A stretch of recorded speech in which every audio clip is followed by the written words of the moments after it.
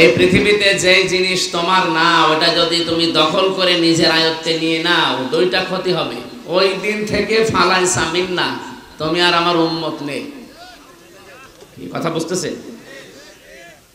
বাংলাদেশে দখলদারিত্ব এর আগে ছিল না। এই যে 54 বছর এটা চলছে, এখনো অনেকে লেগে আছে এই কায়দায়। কাজ বন্ধ করা লাগবে। এই কি করেন? কি ঠিক আছে, এদিকে তাকিয়ে থাকে। যেই জিনিস আপনার না, আপনি যদি জোর করে জবরদস্তি করে যে কোনো কায়দায় ওটা নিজের দখলে নিয়ে নেন, আপনি নামাজ পড়তে পারেন, রোজা রাখতে পারেন, হজ করে এসেছেন, আল্লাহর কসম ফালাইসা মিন্না, ওই দিন থেকে আপনার নবীর উম্মত নেই, আপনি অন্য কিছু। কেন এত শক্ত করে বললাম? এখানে যারা আলেম আছে, কোনো বক্তব্যের আগে যদি ফা আসে, তার আগে কি আছে পরে কি আছে, যদি সত্যি আপনি পরের কাজগুলো করে থাকেন, নবীজি গ্যারান্টি দেওয়ার জন্য 19টা অর্থে আছে ফা, এখানে একটা এসেছে। এক নম্বরে এই দেশে এবং পৃথিবীতে আজ যারা অন্যের জিনিস দখল করে নেয়, তারা আর যাই হোক নবীর উম্মত নেই। বিশ্ব নবীর উম্মত যারা না, তারা হয় ইহুদি হবে, নাই খ্রিস্টান হবে, নাই মুশরিক হবে, নাই বৌদ্ধ হবে। কি তাহলে বাংলাদেশে যদি কারো চরিত্র এরকম থাকে, আপনি নামাজ পড়ছেন, রোজা রাখেন, আপনি কি আর নবীর উম্মত আছেন? আপনি আর এলাকায় যারা হিন্দু ভাইরা আছে তারা একই। সুতরাং আপনাকে এখন আবার নতুন করে মুসলমান বানানো লাগবে এবং মুসলমানই দেওয়া লাগবে। নতুন করে আরেকবার দিতে গেলে তো সমস্যা হয়ে যাবে। এই জন্য নতুন করে যদি মুসলমানই দেওয়া না লাগে, অন্তত নতুন মুসলমান বানানো আপনাকে লাগবে। আশা করছি এই কাজ যারা করছেন থেমে যাবে, যাদের যা নিয়েছেন ফেরত দেবেন না। আমি আওয়াজ যা পাচ্ছি এই এলাকায় মনে হয় এসব চলছে। এখানে টিকার ভেতর একটা ব্যাখ্যা আছে, যেমন অনেক আলেম বসে আছে, তো তাদেরকে বলছি আপনারা বাড়িতে মিলাবেন মুসলিম শরীফের হাদিস। হ্যাঁ, যে জিনিস আপনার কাছ থেকে জোর জবরদস্তি করে কেউ দখল করে নিয়েছিল, কেড়ে নিয়েছিল, ছিনতাই করেছিল, ওইটা যদি আপনি নিজের আয়ত্তে নিয়ে নেন, তাহলে হাদিসের ভেতরে আপনি নেই না। আপনারা মনে হয় কথা বুঝতেছেন না। হাদিসের ভাষা শোনার পরে হয়তো ভয় হচ্ছিল যে আমি আর নবীর উম্মতি নেই, আমি অমকের জিনিস নিয়ে নিলাম। না, বিষয়টা এমন না।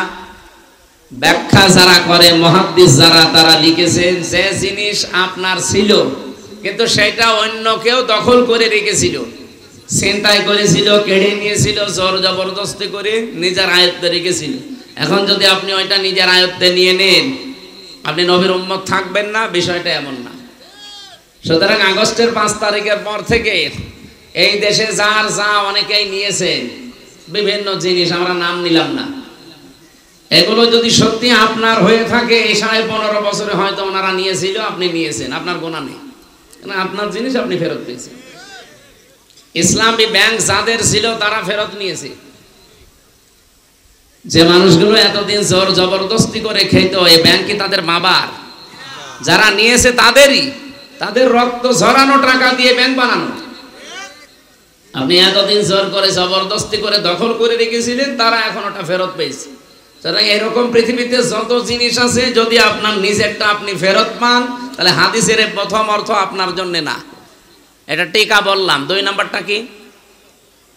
ওয়ালিয়াতাবাওয়া মাকআদাহু মিনান নার। বিশ্বনবী জানিয়েছেন সে যেন তার নিজের স্থান জাহান্নামে বুকিং করে দিল। অবশ্য সুবহানাল্লাহ, কোন এলাকায় আসলাম গো, পাগল নাকি? জাহান্নামে টিকিট বুকিং করছে, আর অবশ্য সুবহানাল্লাহ। আমার এই তো একেবারে গ্রাম্য মানুষ। ও মনে হয় ওর বাবা মরে গেলেও সুবহানাল্লাহ পড়বে। একটা হিসাব নিকাশ করে বলবেন। হাদিসের 2টা পয়েন্ট ছিল। 1 নম্বরে যে জিনিস যার না, যদি কেউ জোর করে জবরদস্তি করে নিজের দখলে ওইটা নিয়ে নেন, আপনি নবীর উম্মত ওই দিন থেকে নেই। কিন্তু ওটা যদি আপনার নিজেরই থাকে, নিজে আপনি ফেরত পেয়েছেন, এটার জন্য এই হাদিস আপনার জন্য না। এই যে ইসরায়েল যেটা দখল করছে আজ, 1940 সালে তাদেরকে আমাদের এই রোহিঙ্গার মতো থাকতে দিয়েছিলাম।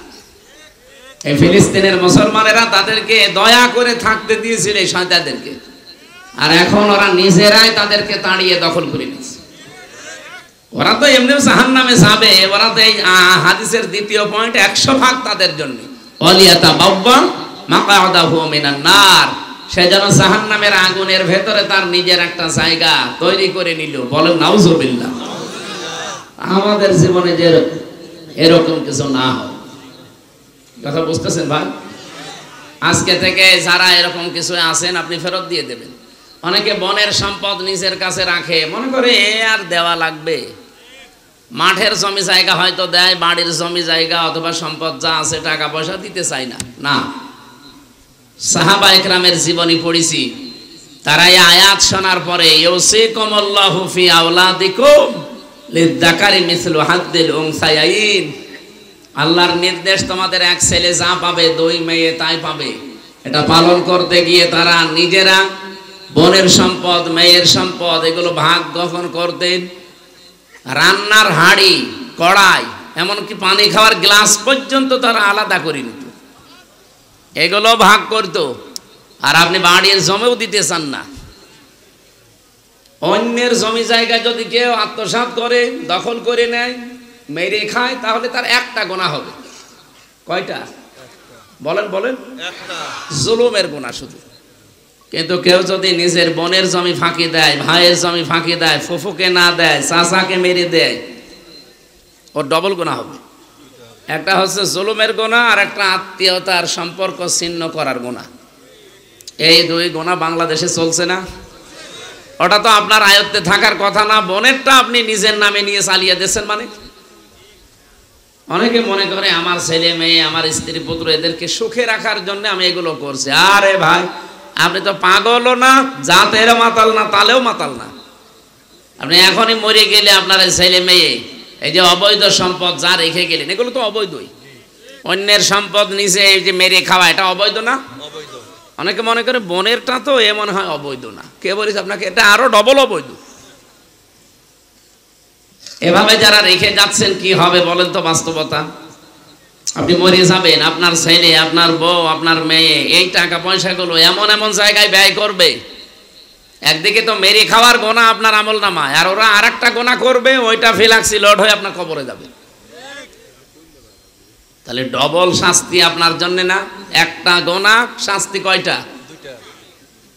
সূরা ফুরকানের ভেতরে তিনটা পাপের কথা আল্লাহ উল্লেখ করে জানিয়েছেন। এই তিনটা পাপ যদি দুনিয়ায় কেউ করে, তার শাস্তি হবে দুনিয়া আর আখিরাত মিলে ডবল।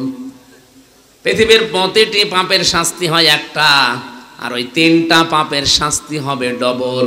ওয়াল্লাযীনা লা ইয়াদউনা মা'আল্লাহি ইলাহান আখার ولا يقتلون النفس التي حرم الله إلا بالحق ولا يزنون إلى آخر آية সূরা ফুরকান 68 নম্বর আয়াতে আছে, 19 নম্বর পারার 4 নম্বর পৃষ্ঠার 15 নম্বর লাইনে আছে। আল্লাহ পাক বলেন, দুনিয়াতে যারা আমি আল্লাহ বাদে অন্য কাউকে ডাকে তাদের শাস্তি ডবল হবে। এখন যদি বলেন অন্যান্য ধর্মের যারা, তাদের কাছে হয়তো এটা পৌঁছায়নি, এজন্য না বুঝে ডাকে না। ইসলামের আওয়াজ যদি কারো কাছে নাও পৌঁছায়, তার বিবেক তো আছে। তার বিবেকের উপরে তার কিয়ামতে প্রশ্ন করা হবে, তার হিসাব হবে, বিচার হবে বিবেকের উপরে। একটুখানি চিন্তা করলেই তো হাতে বানানো জিনিসের মর্যাদা আপনি নিজেও বুঝতে পারেন। নিজে বানালাম, নিজে বানিয়ে যদি রাখেন, দেখবেন কুকুরে পেশাব করলেও নিজেকে বাঁচাতে পারে না। নিজেকে যে নিজেই বাঁচাতে পারে না কুত্তার পেশাব থেকে, আমি বিপদে পড়লে সে বাঁচাবে। এই জন্য আমি হিন্দু ভাইদের ভেতরে বহু শিক্ষিত যারা মার্জিত, এদেরকে আমি দেখেছি।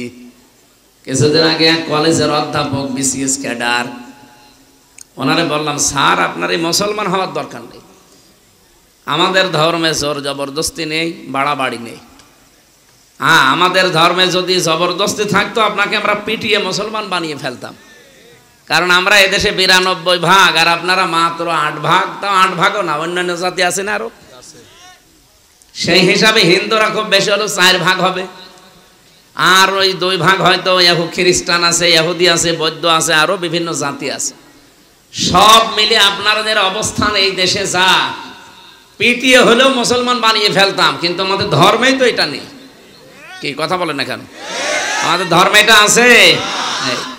তা আপনাকে আমাদের ধর্মীয় গ্রন্থ কোরআনে কারিম পড়ার জন্য আমি একটু, আপনি বাংলায় পড়েন, ইংরেজিতে পড়েন, শুধু পড়বেন, একটু বুঝে বুঝে পড়বেন। আরে আশ্চর্য তো, কোন দিকে তাকান আপনি? এদিকে তাকান। 3 মাস পড়ার পরে দেখে উনি তো জ্ঞানী মানুষ, মুসলমান হয়ে গেছে। এই জন্য যারা অন্তত একটু জ্ঞান হালকা পাতলা যাদের আছে তাদেরকে বলছি, আমরা জোর করি না ভাই, আমাদের ধর্মে জোর জবরদস্তি নেই। কিন্তু পৃথিবীর বিভিন্ন ধর্মীয় গ্রন্থ আমরা জানি যে মানুষ পড়ে, আমাদের এটাও পড়ে। মাত্র 3 মাস পড়েন, একটু বুঝে শুনে পড়েন, দেখবেন আপনার জীবন পরিবর্তন হতে বাধ্য, যদি আপনার একটু মন থাকে। এই লরেন বুথ টনি বেলোয়ারের এক শালিকা ছিল, ওই ইরানের তেহরান বিমানবন্দরে নামার পরে এক মুসলমানকে বলেছিল যে আমি মুসলমান হব না, কিন্তু আমি ইসলাম জানতে চাই, কি পড়লে ইসলাম জানা যায় অথেন্টিক ভাবে, আপনি সেইটা আমারে দিন। উনি কোরআন শরীফ দিয়েছিল, কোরআনের বাংলা অনুবাদ, ইংরেজি অনুবাদ এগুলো দিয়েছে। যেহেতু এই দেশে এসে না, ইংরেজি অনুবাদ দিয়েছিল, আর ইরানে যে ভাষা চলে ওই ভাষার কোরআনের অনুবাদগুলো দিয়েছে, আর সিয়াসিত্তা হাদিসের অনুবাদগুলো দিয়ে বলছে আপনি পড়বেন, পুরাটা পড়ার পরে অথেন্টিক ইসলাম পেয়ে যাবেন। এখন আমার প্রশ্ন, এই এলাকায় হিন্দু নেই? হিন্দু যদি এখন এসে এই স্যারকে জিজ্ঞাসা করে যে আপনি তো মুসলমান, আমি কিন্তু মুসলমান হব না, আমি ইসলাম জানতে চাই, কি পড়লে অথেন্টিক ইসলাম জানা যাবে সেইটা আমারে আপনি দেন, উনি কি দেবে বলেন তো? দেখলেন, এই একজন আলেম আছে শুধু বলছে কোরআন শরীফ, আর বাকিগুলোর মুখে কথা নেই। আমরা অনেকে ভয়ে ভয়ে আছে, হ্যাঁ হিন্দু মানুষ কোরআন শরীফ পড়বে। আরে কোরআন কি আপনার বাবার নাকি? হাদা বায়ানুল লিন্নাস হুদাল লিন্নাস। এই পৃথিবীতে মানুষ যারা, তাদের জন্য আল্লাহর এই কিতাব। এই কথা বলেন না কেন? আর যে যেইভাবে যতটুকু এখান থেকে নেবে সে ততটুকু উপকার পাবে। আজ আমেরিকা উপকার পেয়েছে কেন? কারণ কোরআনে ওরা পুরাটা মানে না, যতটুকু মানে ততটুকু উপকার পায়। সূরা নিসার 34 নম্বর আয়াতটা ওরা নিয়েছে হালকা, পুরাটা না। আর রিজালু কাওয়ামুনা আলান নিসা, এই পৃথিবীতে পুরুষ মানুষ হবে নেতা, আর মেয়েরা হবে তাদের আজ্ঞাবহ। এই আয়াতের পক্ষে একটা হাদিস আছে। পারস্যের রাজা ইন্তেকালের পর সেখানে কাইসার নামে যেই লোকটা যখন দুনিয়া থেকে বিদায় নেয়, তখন তার মেয়েকে তারা ওই দেশের লোকরা শাসনভার ক্ষমতা তুলে দিয়েছে। নবীজির কাছে এটা এসে সাহাবা ইকরাম বললেন যে এই ঘটনা। বিশ্বনবী তখন বললেন লা ইউফলিহা কওমুন ওয়াল্লাহু আমরাহুম ইমরাতুন, বুখারী শরীফের হাদিস। ওই জাতি কখনো সফল হচ্ছে না, হবে না। ইউফলিহার আগে লান আছে, মোজারের আগে লান আসলে অর্থ হয় কখনোই হবে না। বর্তমান ভবিষ্যৎ, প্রেজেন্ট ফিউচার দুইটা কাল দিয়েছে। নবীজির গ্যারান্টি মিথ্যা হবে? বিশ্বনবী বলেন কখনো ওই জাতি সফল হচ্ছে না, হবে না, যেই জাতি তার নেতৃত্বের ভার কোনো মহিলার উপরে তুলে দিয়েছে। আপনি দেখেন আমেরিকা জাতে মাতাল হলো, তাহলে ঠিক আছে, 236 বছর চলছে। এই 236 বছরে আজ পর্যন্ত কোনো মহিলাকে তারা দায়িত্ব দেয়নি। ওরা এই আয়াতটা, এই হাদিসটা হালকা মানে, এই জন্য তারা পৃথিবীতে দাঁড়িয়ে গেছে। তারা আমাদের চর্মচোখে দৃষ্টিতে আজ সফল। তারা ট্রাম্পের মতো একটা মাতালকে দায়িত্ব দিয়েছে। ট্রাম্প মাতাল না, ওরাটা মাতাল। অথচ কমলা হ্যারিসের মতো এত বড় একটা শিক্ষিতা, অনার্স মাস্টার্স করা এই মহিলাকে দায়িত্ব দেয়নি। কারণ তারা জানে মুসলমানদের নবী মুহাম্মদ রাসূলুল্লাহর 63 বছরে কোনো মিথ্যা কথা নেই। সুবহানাল্লাহ বলতে পারেন নাই? তারা এই যে কোরআনের আয়াত হাদিস যতটুকু মানে তারা ততটুকু উপকার পেয়েছে, কল্যাণ পেয়েছে। আর আমরা এই 54 বছর চলছে, আপনি অন্যদিকে নিয়ে না স্যার, দেখেন এই 54 বছরে যারা আমরা এই দেশে দায়িত্ব দিচ্ছি, মহিলা বেশি না পুরুষ বেশি? আমরা যা দাঁড়াতে পারি না এই কারণে। বাইরের দেশগুলো কয়েকদিন আগে কয়েকটা দেশে ঘুরলাম, এই মানুষগুলো আজ দাঁড়িয়ে যাচ্ছে শুধুমাত্র নবীর এই হাদিস মানার কারণে। বিশ্বের বড় বড় মোড়ল যারা তাকান, একটা কোনো দেশে আপনি মহিলা নেতৃত্বে আছে পাবেন না, সবগুলো পুরুষ। হ্যাঁ, পুরুষ খারাপ হোক, কারণ মেয়েদের বুদ্ধি পুরুষ মানুষের অর্ধেক, আর নিসাও নিসফুল আকিল। এটা তো আমি বানালাম নাকি? ওরা এতটুকু মেনে যদি দুনিয়ায় উপকার পায়, আমরা উপকার পাতাম, কিন্তু আমরা তো মানি না। কথা বলেন না কেন? আমার আলোচনায় রাজনৈতিক বিষয়গুলো না, আমি একটা উদাহরণ দিলাম শুধু, বাস্তবতা এইটাই। এই জন্য কোরআন শরীফ যেহেতু সবার জন্য, লরেন বুথ 3 বছর একাধারে কোরআন শরীফ পড়েছিল। প্রশ্ন এখানে হয়তো স্যার, বাংলা শিক্ষিত মানুষ, বিভিন্ন আলেমরা এরকম প্রশ্ন করে, তাহলে কোরআন শরীফ হিন্দুর হাতে তুলে দেব, ওর অজু আছে? কোরআন শরীফ অজু করে ধরা লাগবে, যেটা আরবি টু আরবি বাদ দিয়ে বাকি সবগুলো আছে, তাফসির লেখা আছে, ব্যাখ্যা আছে, বিশ্লেষণ করা আছে। এটা যে অজু করে ধরা লাগবে এমন কোন হাদিস কোরআনের আয়াত কোন জায়গায় পেয়েছেন? না। ইন্নাহু লাকুরআনুন কারীমুন ফি কিতাবিন মাকনুন লা ইয়ামাসসুহু ইল্লাল মুতাহহারুন। এই যে হু আছে না, লা ইয়ামাসসুহু, এই হুর মারসা কোন দিকে? লাওহে মাহফুজের দিকে, কারণ এর পরের শব্দ মুতাহহারুন। মুতাহহারুন শব্দের শাব্দিক অর্থ দুইটা, আপনি অভিধানগুলো নিয়ে আসেন, আমি দেখিয়ে দিচ্ছি। মুতাহহারুনের 1 নম্বর অর্থ হচ্ছে পবিত্র, 2 নম্বর অর্থ হচ্ছে নিষ্পাপ। বলেন তো পৃথিবীতে এমন কেউ আছে যে 100% নিষ্পাপ, 100% পবিত্র? না, নেই। এটার জন্য মেলে শুধু লাউহে মাহফুজে যেখানে কোরআনে কারিম আছে, এই জন্য এর আগের শব্দটা ফি কিতাবিম মাকনুন। মাকনুন মানে কি? মাকনুন শব্দের শাব্দিক অর্থ হচ্ছে হাতের স্পর্শ ছাড়া। কারারিম মাকিন বলা হয় যেটা, যেখানে মায়ের সন্তান থাকে। 2টা জায়গাকে আমরা সংরক্ষিত বলি, যেখানে মানুষের হাতের স্পর্শ লাগে না। একটা মায়ের জরায়ু, যেখানে সন্তান থাকে। 2 নম্বরে লাউহে মাহফুজ, যেখানে কোরআন আছে। কোরআন যেহেতু আল্লাহ এখানে ইন্নাহু লাকুরআনুন কারীম দিয়ে শুরু করলেন, সেখানে মায়ের জরায়ু হওয়া সম্ভব না। সম্ভব? তাহলে এটা হবে অবশ্যই লাউহে মাহফুজ। এই জন্য আয়াতের সিরিয়াল দেখেছেন, উসুলে তাফসিরের মূল নীতি আছে 15টা। যারা তাফসিরের উপরে অনার্স মাস্টার্স করে, যারা কামেল করে তাফসির নিয়ে, তারা এটা আগে পড়া লাগে। উসুলে তাফসিরের মূল নীতি কয়টা? 15টা। তার ভেতরে 13 নাম্বার কায়দা এটা, যে আপনি কোনো আয়াতের তাফসির যদি করতে চান, আগের আয়াত পরের আয়াতের সাথে সম্পর্ক। এই যে আজকের তেলাওয়াত কিন্তু আয়াত, এর আগের আয়াত পরের আয়াতে কি আছে আমি আগে ওইটা বলবো। হ্যাঁ, আন্দাজে যদি আয়াতের ব্যাখ্যা করে আপনি কিছুই বুঝবেন না, আর আমি নিজেও বোঝাতে পারবো না। এই জন্য সম্পর্ক কি আছে একটার সাথে আর একটা, এটা আগে জানা লাগে। এটা তাফসিরের মূল নীতি, না বললে। আর এখানে মনে হয় এগুলো বলে লাভও হবে না, কারণ এখানে যে মানুষ বসে আছে, এদের পেটে বম মারলেও আল্লাহ কি বের করবে আল্লাহ জানে। তারপরে যেহেতু স্যারের মতো অনেক শিক্ষিত মানুষ আছে, আমি তাদের, ভারতবর্ষ 1197 সাল থেকে আরম্ভ করি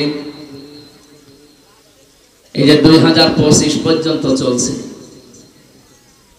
আপনি ইতিহাস আমার কাছে লেখা আছে, যতগুলো শাসক পার হয়েছে, কেউ 11 বছর, কেউ 13 বছর, কেউ 15 বছর, এভাবে পার করেছে তারা। 750 বছর একাধারে ভারতবর্ষ শাসন করেছিল। তো তাদের টার্গেট ছিল না যে এলাকায় কোনো হিন্দু থাকবে না। কিন্তু এখন আমরা কিছু উগ্রপন্থী হিন্দু দেখতে পাচ্ছি, সব হিন্দু না, যে উগ্রপন্থী সন্ত্রাসী যারা, এরা পৃথিবীর নিকৃষ্ট মানুষের তালিকায় অলরেডি চলে গেছে। আপনারা হিন্দু ভাই বোন যারা আছেন, আপনারা অন্যদিকে নিয়ে যাবেন না, আমি সঠিকটা বলছি। আপনি পৃথিবীর ইতিহাস এখন একটু পর্যালোচনা করেন, বিশেষ করে মাইক্রোসফট এটা খ্রিস্টানরা রিপোর্ট বানিয়েছে। তাম দুনিয়ার 257টা দেশ তারা এই রিপোর্টটা পেশ করেছে। সবচাইতে নিকৃষ্ট ঘৃণিত মানুষের তালিকায় এখন 2টা দলের নাম আছে, একটা উগ্রপন্থী হিন্দু যারা, আর 2 নম্বর নামটা ওরা দিত না, কিন্তু এখন তারা দেখতে পাচ্ছে, এ কারণে বিশ্বের মানুষদেরকে তো বিশ্বাস করাতে হবে, এই জন্য 2 নম্বর তালিকায় দিয়েছে ইহুদিদের নাম। 6 জন মানুষের তালিকা আমরা পেয়েছি তামাম দুনিয়ায়, তারা সবার কাছে ঘৃণিত, দল মত জাতি বর্ণ ধর্ম নির্বিশেষে সবাই তাদেরকে ঘৃণা করে। এমনকি পৃথিবীর যত সৃষ্টি আছে আমার মনে হয় তারাও তাদেরকে ঘৃণা করে। তারা 1 নম্বরে নাম নিলেও আমার কেমন যেন লাগে, কারণ আমার মনে হয় ওর নাম নিলে আমার ওযু করা লাগবে, এই নরেন্দ্র মোদি। যে এত বড় শয়তান, পৃথিবীতে শয়তানও এত খারাপ কাজ করে নাই। আপনি আজ পর্যন্ত কোনোদিন শুনেছেন যে শয়তান আল্লাহর কোনো ঘর মসজিদ ভেঙে দিয়েছে?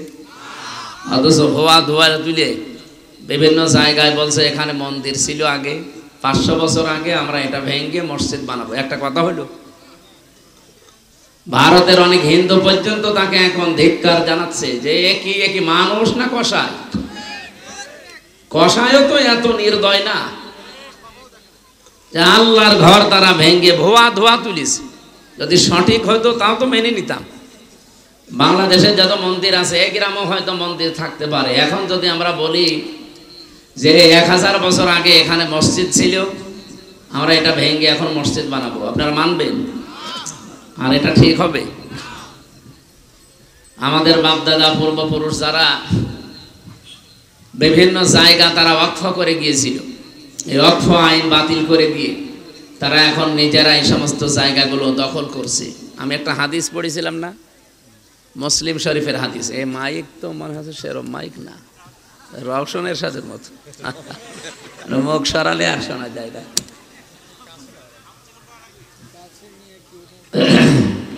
এত কাছে নিলে তো গলায় চাপ পড়বে,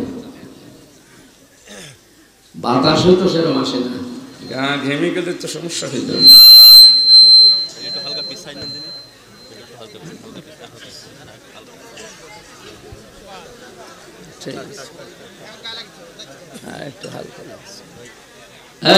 আপনাদের তো কথা বলতে বলি নাই, স্টেজে লোক আছে, চুপ করে। হযরত আবু যর রাদিয়াল্লাহু তাআলা আনহু থেকে বর্ণিত, বিশ্বনবী বলেন, মানিদ্দাআ মা লাইসা লাহু ফালাইসা মিন্না।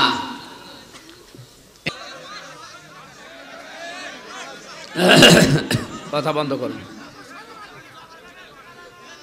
আলহামদুলিল্লাহির রহিমির রহমান আল্লাযী খালাকানা লিল ইবাদাতি ওয়াল জান ওয়া খাসানা বিত তাকরীমি বাইনাল হায়াওয়ান ওয়া নাশহাদু আন লা ইলাহা ইল্লাল্লাহু ওয়াহদাহু লা শারীকা লাহু শাহাদাতাম মুসিলাতান ইলাল জিনান ওয়া নাশহাদু আন্না মুহাম্মাদান আবদুহু ওয়া রাসূলুহুল মাবউসু ফীনা বিল হুদা ওয়া দীনিল হাক্কি লিয়ুযহিরাহু আলাল আদিয়ান সাল্লাল্লাহু আলাইহি ওয়া আলা আলিহি ওয়া সাহবিহিল কিরাম মা দামাশ শামসু ওয়াল কমারু বিজরিয়ান ওয়ান নাজমু ওয়াশ শাজারু ইয়াসজুদান ওয়াস সামাa'u রাফা'াহা ওয়া ওয়াদা'আল মিজান ফাকাদ ক্বালা আল্লাহু তাআলা ফি কালামিহিল মাজিদ ওয়া বুরহানিহিত তাওহীদ أعوذ بالله من الشيطان الرجيم بسم الله الرحمن الرحيم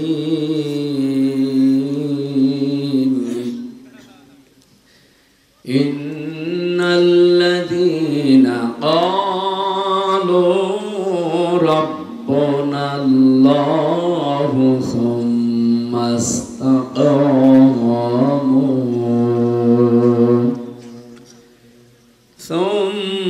استقاموا فلا خوف عليهم ولا هم يحزنون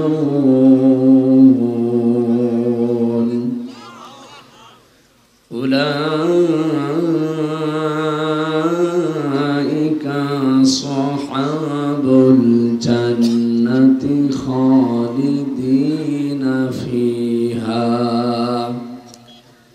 جزاء بما كانوا يكسبون جزاء بما كانوا يعملون صدقت يا ربنا. عن أبي ذر رضي الله تعالى عنه قال قال النبي صلى الله عليه وسلم من ادعى ما ليس له فليس منا وليتبوأ مقعده من النار رواه مسلم. وما زادهم إلا إيمانا وتسليما. اللهم صل على سيدنا مولانا محمد.